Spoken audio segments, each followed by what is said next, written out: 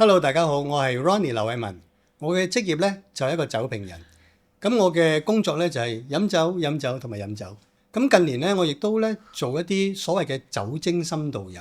咁啊希望咧大家可以透過一個好特別嘅一個體驗咧，可以更加了解葡萄酒啦，同埋一個國家嘅一啲歷史文化咁樣。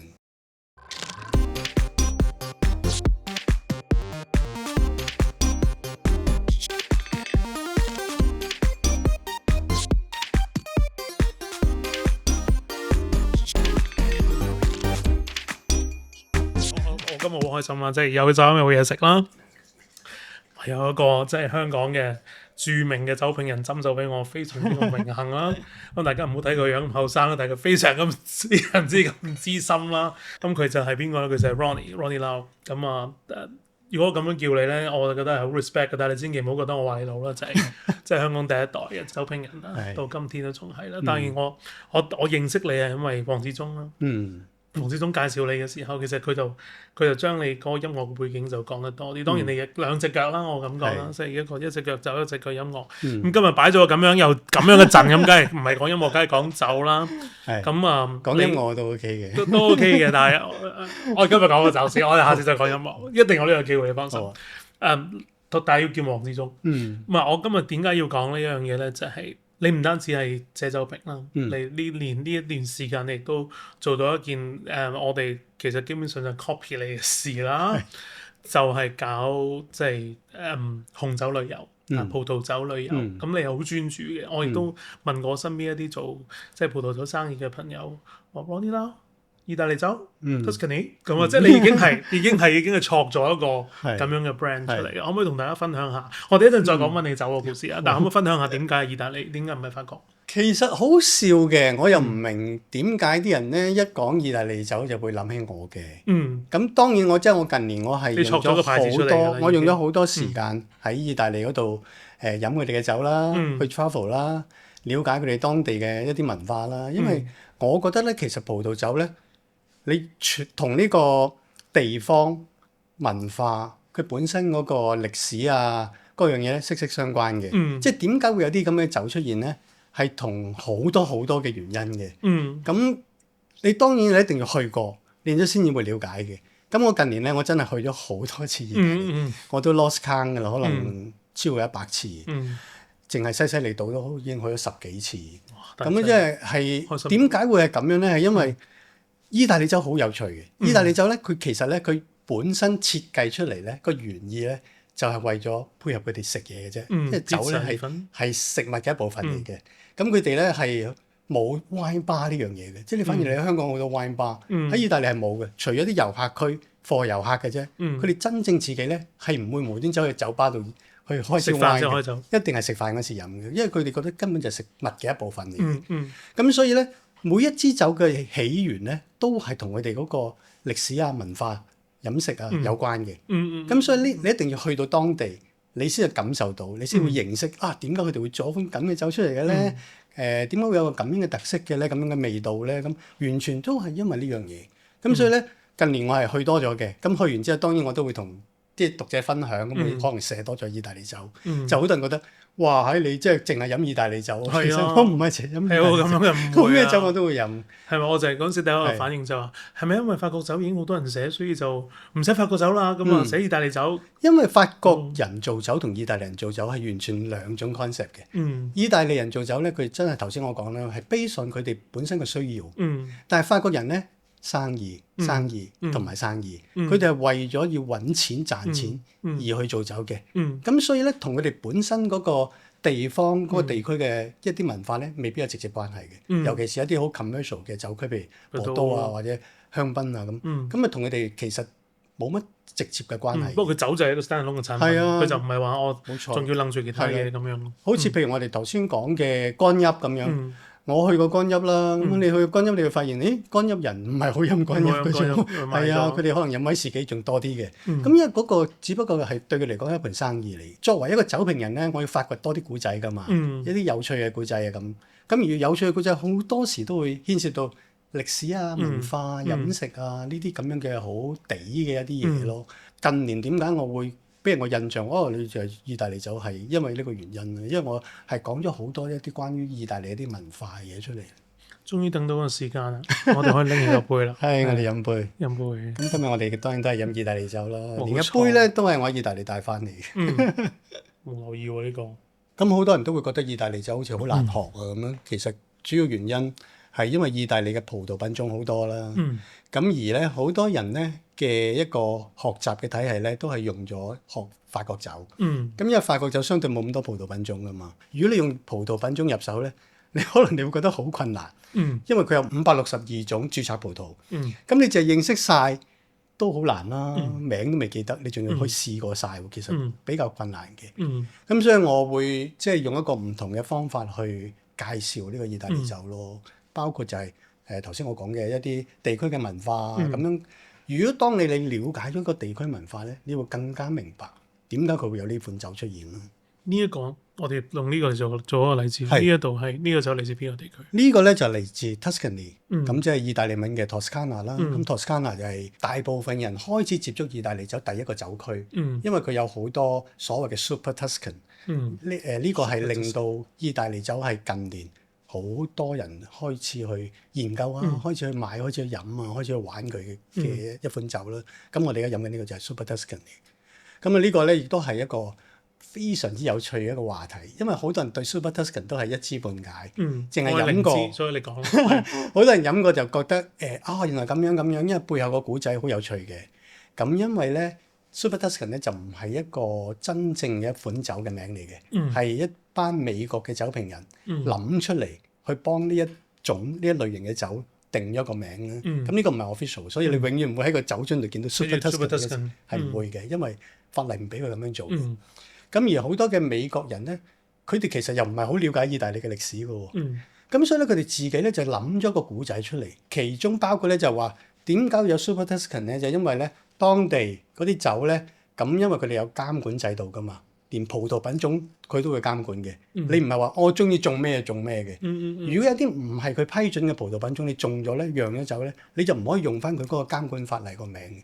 咁當年其實喺70年代之前咧，意大利最出名嘅酒就叫 Chianti 啦。咁佢哋出口得最多，因為嗰陣時70年代開始就好多啲意大利廚師，因為嗰時啲經濟麻麻地啦，佢哋好多廚師就走咗出去外國開餐廳。咁佢哋咧就用 Chianti 嚟配佢哋嘅食物，因為 Chianti 嗰個酸度高喎，好容易配到食物嘅。酸度高嘅酒有個好處，你配食物嘅時候咧，你會令到啲食物更加甜。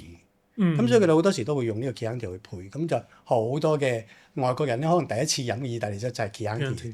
咁所以佢哋就會知道 Chianti 咁，然之後咧，因為 Chianti 個名紅咧，咁佢當地咧就個個都走去用呢個酒。搞 Chianti 啦。係啦，咁但係因為你知啦，當你一窩蜂嘅時候，呢個品質你就會跌㗎啦。個個都喺度做緊嘅時候，你一定係有啲良莠不齊，有啲唔係幾好嘅品質嘅 Chianti 出咗嚟。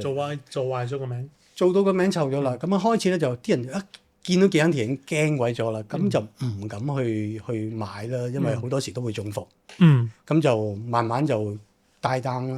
咁所以對佢哋嚟講好大影響喎，忽然間冇晒啲生意咁點算咧？咁就有一啲 producer 咧就嘗試咧，我唔做 Chianti，我係用另外一啲唔同嘅葡萄品種去做一啲酒，啱翻嗰個國際口味、國際市場。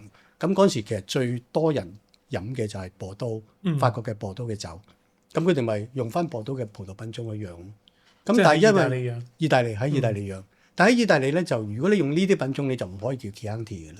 咁所以佢哋咪將佢哋降一級做 table wine 咁樣賣咯。咁結果又賣到喎。然之後又好受歡迎喎。咁當然好過 Chianti 啦。然之後咪好多人用呢個所謂嘅呢個 table wine 呢個 category 去賣咯。然之後賣下咧，第一款酒咧就係叫 Sassicaia。嗰陣時係香港我第一次飲都係120蚊一支嘅，咁諗起紅咗之後咧，去到1000蚊啦，就成為咗意大利第一支最貴嘅酒。咁嗰陣時就個個就瘋狂嘅 Super Tuscan。咁喺美國人嘅眼中咧，因為佢哋唔知道意大利嘅歷史咧，紅咗先有呢一個 brand 出現嘅 Super Tuscan。係其實係美國人吹出嚟話呢啲點解叫佢做 Super Tuscan 咧？因為其實喺意大利咧，如果你嗰個酒咧，你去到嗰個所謂嘅 DOC 咧，就係地區監管法例，就叫高級啲嘅。如果你入唔到呢個監管法例咧，嗰啲叫 table wine。咁啊 table wine 就當然係最渣嘅，你咩都得嘅。唔同嘅地方 blend 埋又得咁樣。咁所以其實喺當時就即係啲人都會覺得係渣啲噶嘛。但係到有啲咁樣嘅 table wine 仲高級過 Chianti 嘅時候，咁啲人會覺得哇呢個係超級酒啊 super，咁所以叫佢做 Super Tuscan。係啊。咁啊，係一個係唔同酒嘅統稱定係都係唔同酒嘅統稱，係啊，咁有幾間酒莊開始咁樣做咯。咁然之後咧，啲美國人咧就唔知道，就以為係有一班嘅意大利嘅 producer，因為不滿嗰陣時啲制度啊，咁所以佢就反個制度，反建制啦，所謂。好多美國人唔知道，原來其實呢啲法國葡萄品種其實一早已經種咗喺 Tuscany 㗎啦。而嗰陣時其實係講緊特別係邊中世紀嘅時候，邊啲品種啊？講緊 Cabernet Sauvignon 同埋 Merlot，同埋 Merlot。咁呢啲其實咧喺中世紀已經開始種緊㗎啦，因為嗰陣時嘅意大利同法國唔係話真係死對頭嚟㗎嘛，所以其實好早已經咧，意大利嘅已經 Medici 家族已經帶入咗呢個法國嘅葡萄品種喺度種緊，甚至有啲酒區係一定要用呢啲葡萄種添嘅。咁啊好多當然嗰啲美國新一代嗰啲酒評人佢唔知呢啲歷史咧，咁就覺得哇，因為要反叛呢啲，佢都係想創個故仔嘅。係，咁亦都係需要一啲古仔買嘢啦。係啊，其實葡萄酒係有一樣好特別嘅嘢咧，就因為宗教嗰個背景。咁啊，其實宗教都幫咗好多嘅。就算 even 你係打仗，一個國家打仗咁，尤其是講緊歐洲啦，因為歐洲始終都係葡萄酒最興旺嘅一個地方啦。歐洲好多個國家都係因為宗教嘅 backup。佢哋 even 喺打仗期間，佢哋都唔會停止生產呢個酒嘅，因為佢哋要做彌撒啦，一定要用酒噶嘛。咁所以佢哋都會一路 keep 住。而到今時今日都係㗎。最靚嘅葡萄園其實都係以前咧，都係啲係啊，都係嗰啲教會嗰啲擁有嘅。而家甚至嗰啲名啊，全部都係啲聖人嚟嘅。咁你就知道其實嗰個關係真係好息息相關。咁如果你話講葡萄酒咧，其實同音樂嘅關係都好密切嘅。咁你知我兩樣都中意啦，我成日都形容自己一半音樂一半酒。咁我嘅人生即係有一半係音樂，一半係酒。咁好多時我都將兩樣嘢 combine 埋一齊。我遇過一啲酒莊咧，直情咧佢係沉迷咗落去嘅，可以講沉迷嘅。例如有一間喺Tuscany 嘅酒莊啦，咁咧佢係嗰個莊主咧，佢據佢講啦，佢又因為曾經咧有一次去中國旅行啦，都係因為旅行啦，咁就見到咧咁啱咧就遇到呢個 harvest。咁佢見到好多嗰啲農民咧喺度唱住歌咁，唱住山歌咁喺度 harvest 啊嘛，好開心咁嘅豐收咁樣。佢話啊，其實會唔會係因為音樂咧令到啲農作物係會更加好啲嘅咧？咁咧點解佢咁樣諗咧？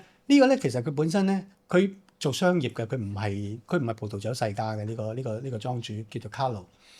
咁佢咧買咗呢一間咁嘅酒莊，因為咧佢嗰陣時佢覺得啊好中意葡萄酒啊，我要買一間酒莊做酒啊。咁嗰陣時咧因為Brunello di Montalcino咧就好紅。咁佢就去咗 Montalcino 即係買咗間酒莊做酒。咁買咗之後先發現中計啦，因為咧其實咧喺 Montalcino 咧佢係一個山嚟嘅。咁你一個山咧，當然你有東南西北啦。如果呢個葡萄園咧係向北嘅話咧，你其實你嗰個日照就唔夠嘅，呢啲葡萄係永遠都唔係好熟嘅。但係如果你係向南咧，喺 Tuscany 因為咧好陽光噶嘛，咁佢就會有好成熟嘅葡萄，你釀出嚟嘅酒就好好。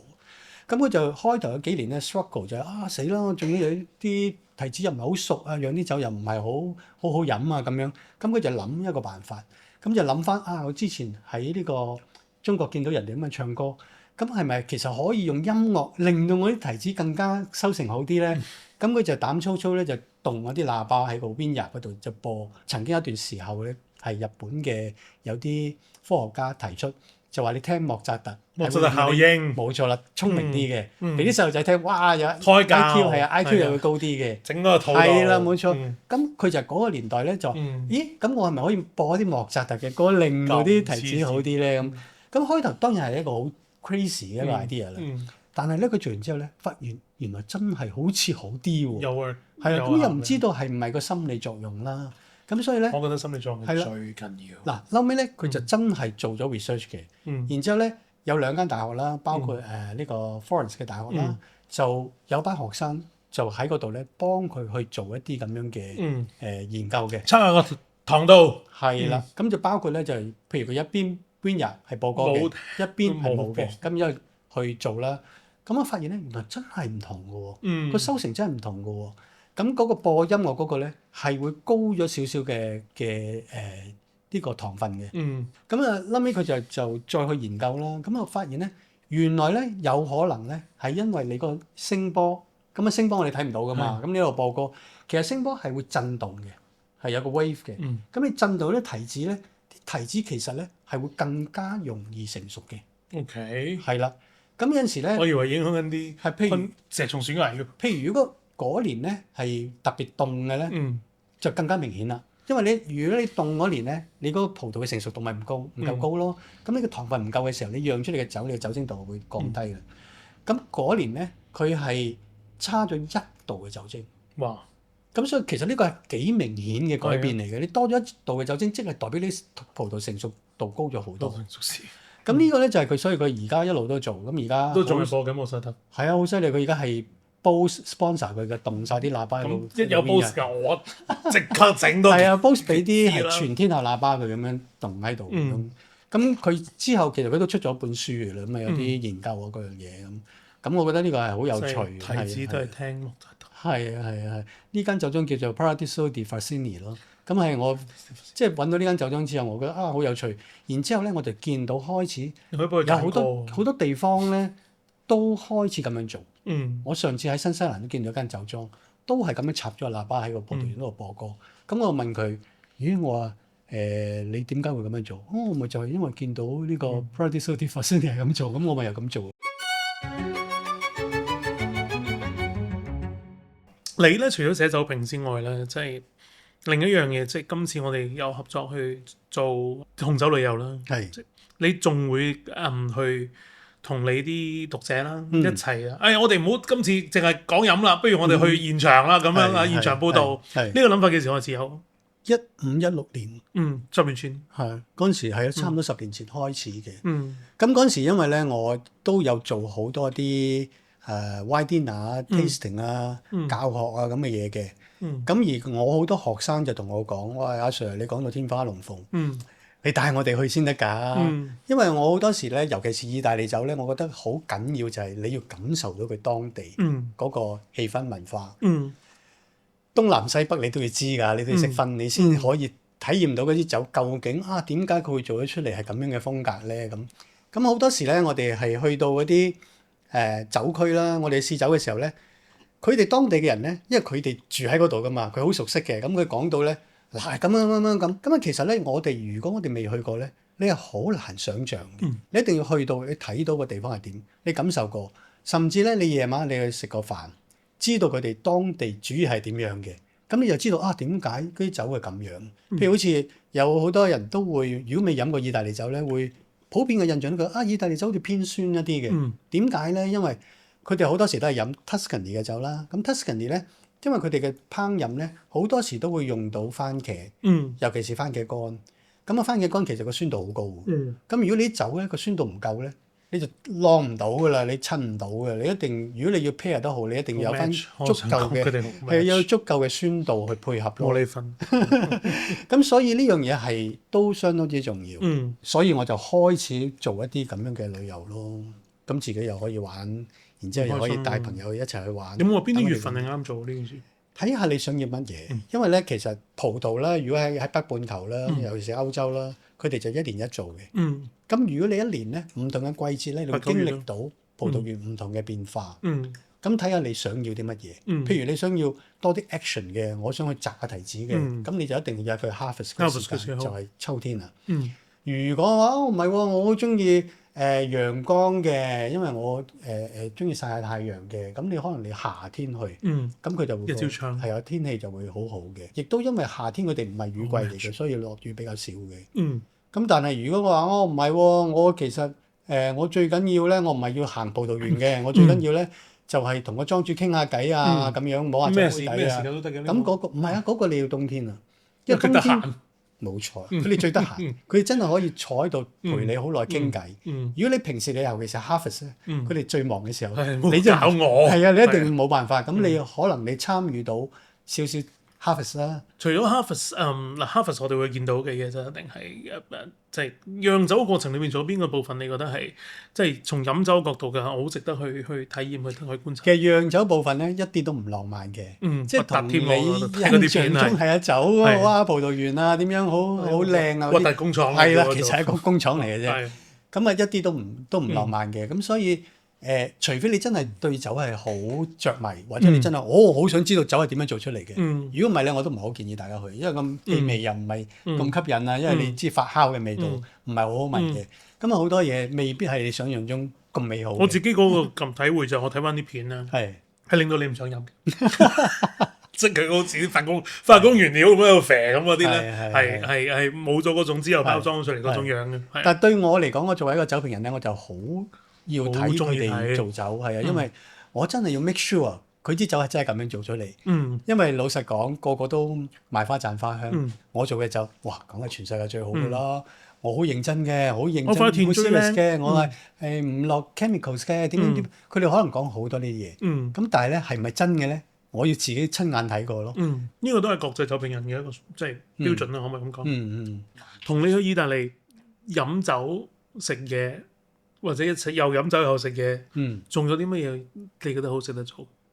其實好多嘢做嘅，即係點解我會咁想即係做一啲咁樣嘅所謂嘅酒精深度遊咧？就係因為咧，其實意大利好玩在酒精深度係啊，好玩在咧，佢其實你 base on呢個酒精。其實背後有好多古仔嘅，咁你可以揾好多古仔，包括食物啦。因為其實 Covid 嘅時候咧就好明顯喺呢樣嘢，因為我好多意大利朋友咧好開心喎。佢哋嗰啲 wine producer 咧係可以，你知唔知喺 Covid 嘅時候佢哋可以周圍去㗎？喺意大利係啊，喺意大利，唔係喺香港。係啦，喺意大利可以周圍去㗎。咁我問佢嚇，咁你哋唔使 lock down 咁樣？我哋因為咧係，我哋係唔需要 lock down。點解咧？因為佢哋係。屬於食物嘅製造商啊。OK，有個咁樣嘅身份嘅。係啊，佢係因為佢係食物嘅製造商，即係佢係其實係農民嚟㗎嘛，所以你唔可以阻止呢樣嘢食物嘅生產喎。你食咩啊？咁樣嗰啲咁啊，係啦，所以佢哋完全冇限制嘅，佢哋可以揸住車周圍去。佢哋當酒係食物嘅一部分嚟嘅。咁所以即係呢樣嘢咧，其實譬如我哋去到除咗飲酒啊、參觀酒莊啊，我哋又可以去玩下啲 cooking class 啊，因為你要知道嗰度嗰個區佢哋煮嘢嗰啲方法，先至知道點解佢哋要做啲咁嘅酒出嚟。仲有好多好多唔同嘅嘢嘅。咁當然 shopping 啦，意大利係香港人走唔甩嘅呢一個，係啊，由細到大都係。咁意大利 shopping 亦都係相當之出名啦。咁另外仲有好多嘅文物啦，譬如好似 Tuscany 就係一個。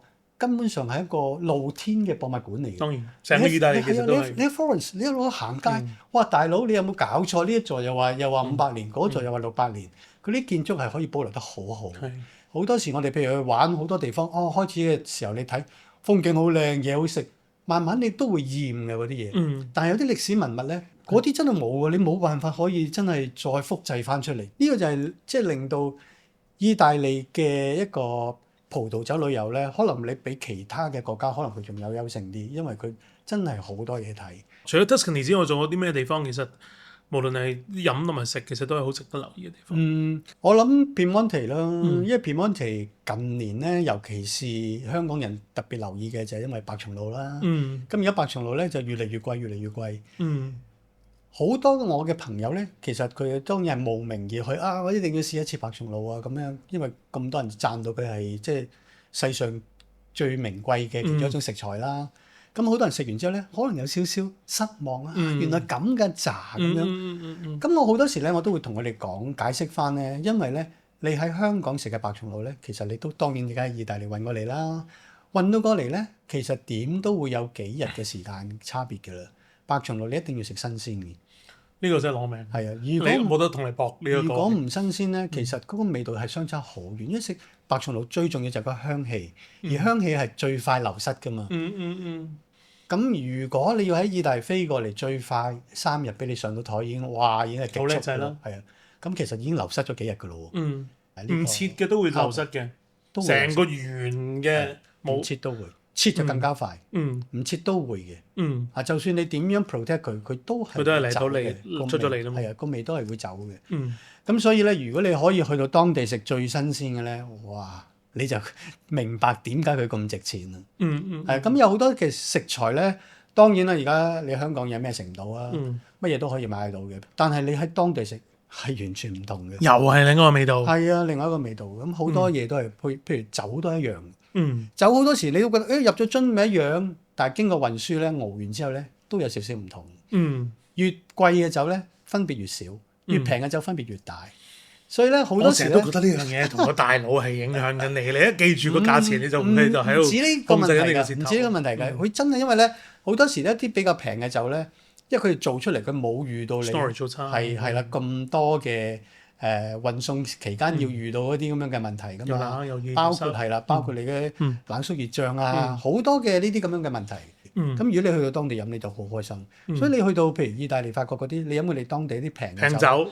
你都覺得好好飲，都覺得好好飲嘅。但係好多時你去到翻到香港，飲翻同一支我喺法國飲嗰支好好飲喎，我意大利飲嗰呢支好好飲喎，我翻嚟又平幾廿蚊啫嘛，我又買啦，咁買咗唔同咗味嘅，點解咧？係因為嗰支佢其實唔適合運送咯。講翻多少松露啦。係。其實我成日都想問呢個問題咧，其實松露咁貴，同香港人或者中國人有冇關？有關係嘛，即係我哋炒起嘅。好恐怖呢樣嘢，咁細嗰個地方搞壞佢成個世界。係我哋炒起嘅，因為以前咧其實白松露就唔係咁貴嘅嘢嚟嘅。咁佢哋當然都屬於貴價食材，但係不至於係天價嘅。咁嗰陣時，因為都係一啲佢哋啲農民自己揾，即係自己揾出嚟嘅一啲嘢。因為白松露咧點解佢矜貴咧？佢係唔可以人工培植嘅。而家黑松露已經可以啦。咁所以黑松露嘅價格係跌咗嘅。白松露就不跌反升。咁因為咧就係佢冇辦法人工培植，你只可以真係揾啲狗仔去掘嘅。即係你冇辦法可以控制到個產量嘅。有陣時多啲，有陣時少啲，咁啊睇下嗰年嘅雨水啦。如果嗰年落得雨多咧，佢就會多啲白松露，因為始終嘅菌係要潮濕嘅地方先嘔到出嚟。如果嗰年咧好乾旱嘅，咁啊冇啦，咁啊冇乜白松露，咁更加貴啦。又唔係咁好食，兼且就更加貴。咁呢個就係佢哋嗰個價錢問題。喺意大利食，除咗好味之外，係咪價格都有啲唔同？平好多，平好多。因為都係即係買個成本運費。平好多，同埋咧，因為我有好多餐廳已經去到好熟㗎啦嘛，咁我每年我都會去食嘅。其實我主要都係想問呢個咁有啲餐廳我好熟㗎啦，咁啊只要咧你不停咧同佢個廚師咧，因為通常都係個廚師走出嚟刨俾你嘅。佢哋就唔會好似香港咁鬼死小氣揾個磅嚟稱嘅，咁佢就攞住一嚿。咁就喺度刨㗎啦。傾多幾句。係啦，你就要氹佢講嘢啦。趁時唔覺。係啦，趁時機你就要氹佢講嘢，讚下嗰啲嘢好食。哇！呢個真係好食，係咩係咩？咁佢就不停咁樣刨，佢就唔會停㗎啦。咁呢個就係最緊要就係你要俾佢覺得你係欣賞佢。欣賞佢。因為意大利人好簡單，你尤其是去到餐廳咧，好簡單。佢哋好多時啲廚師自己係老細，咁樣喺度煮嘢俾你食。咁有時啲 pasta 好似哇一大盤咁啊攞出嚟就咁樣喺度分俾你。如果你食唔晒咧，佢就黑面嘅。咁你就一定要食晒佢嘅嘢。所以咧，你真係食唔到咧，你就唔好攞咗先啦。咁樣係啊，你話我即係好好食，但係我即係嗰個飽啦。係啦，飽啦，咁就唔好要咁多。如果唔係咧，你食剩佢又會黑面。咁呢個就係其實佢哋嗰個文化咯，因為佢哋以前都係窮開嘅一個國家啦。咁所以佢哋好珍惜啲食物嘅。所以點解佢哋可以用一啲咁平嘅食材都可以煮到咁好味？因為佢哋真係好珍惜啲食物，佢哋諗盡辦法，我點樣令食晒佢係咯，令到佢好好食，令到你可以食晒佢。咁啊，包括飲酒其中一樣幫到你食多啲嘅。因為佢個酸度咧又可以刺激到你，完全 feel 到啊！而家係啊，咁你可以不停咁食好多，所以佢哋一餐飯閒閒地食3-4個鐘。因為一路喺度飲酒，一路喺度傾偈，一路喺度食飯咁。咁其實佢哋食飯唔淨止淨係要飽肚咯，佢哋係一個 social 嚟嘅。咁呢個係我覺得都有趣嘅一樣嘢啦。旅行對你嚟講意義喺邊度？旅行對我嚟講就係開眼界咯，因為你一定要睇過嘅嘢，你先至會真係好容易感受到，同你喺書本度睇兩回事。即係書本睇，當然你都可以吸收到好多知識，但係嗰樣嘢係咪真係令到你會記得呢？或者係融入咗你嘅自己嘅一部分呢？當你去到當地嘅時候呢，你係成件事係一件事嚟嘅。同你去睇書去認識一樣嘢係唔同咯。咁啊，尤其是我覺得葡萄酒係更加咯，因為我哋葡萄酒咧成日都講緊風土啊嘛，唔同嘅風土咧釀出嚟嘅酒咧係可以完全唔同嘅。even 你同一個葡萄品種，你喺一個唔同嘅地方種出嚟都唔同，所以你一定要親身感受過，你睇過，咁呢個係令到你個記憶好更加深刻啦。我好中意旅行嘅原因咧，係因為每一次旅行咧，我都可以咧覺得自己係一個全新嘅人，因為每次你都會學到一啲新嘅嘢、新嘅事物，先至知道哇，原來呢個世界係好大，有好多嘢你根本未識嘅。咁呢樣嘢，我覺得係令到你一個人可以不停進步嘅。聽你講，即刻想喐。你期望即係同你一齊去探索，即係意大利葡萄酒或者意大利飲食文化嘅朋友，佢哋可以帶到咩酒咧？即係呢個酒係兩個意思，即係飲嘅又得，帶翻嚟嘅又得。我覺得最緊要就係嗰個經歷咯。我係好希望咧提供到一個好難忘嘅經驗俾大家，因為而家個個都講緊 experience。旅遊唔淨止係一個旅遊，而係你真係一個經歷嚟嘅。咁嗰個經歷係包括你嘅味覺上啦、感官上啦、思維上啦，每一樣嘢其實都係有一個唔同嘅經歷，將成樣嘢加埋咧，令到你一個難忘嘅經驗。可能過幾年，甚至過10幾年。你都仲記得啊！我嗰年我同阿 Ronnie 去過呢個酒精深度遊，好好玩啊！飲過啲咩酒啊？喺邊度做過啲乜嘢啊？咁我覺得呢樣嘢係好緊要咯。咁我哋都希望大家係可以透過一個好好玩嘅一個旅遊，而令到自己有一個好難忘嘅經歷咯。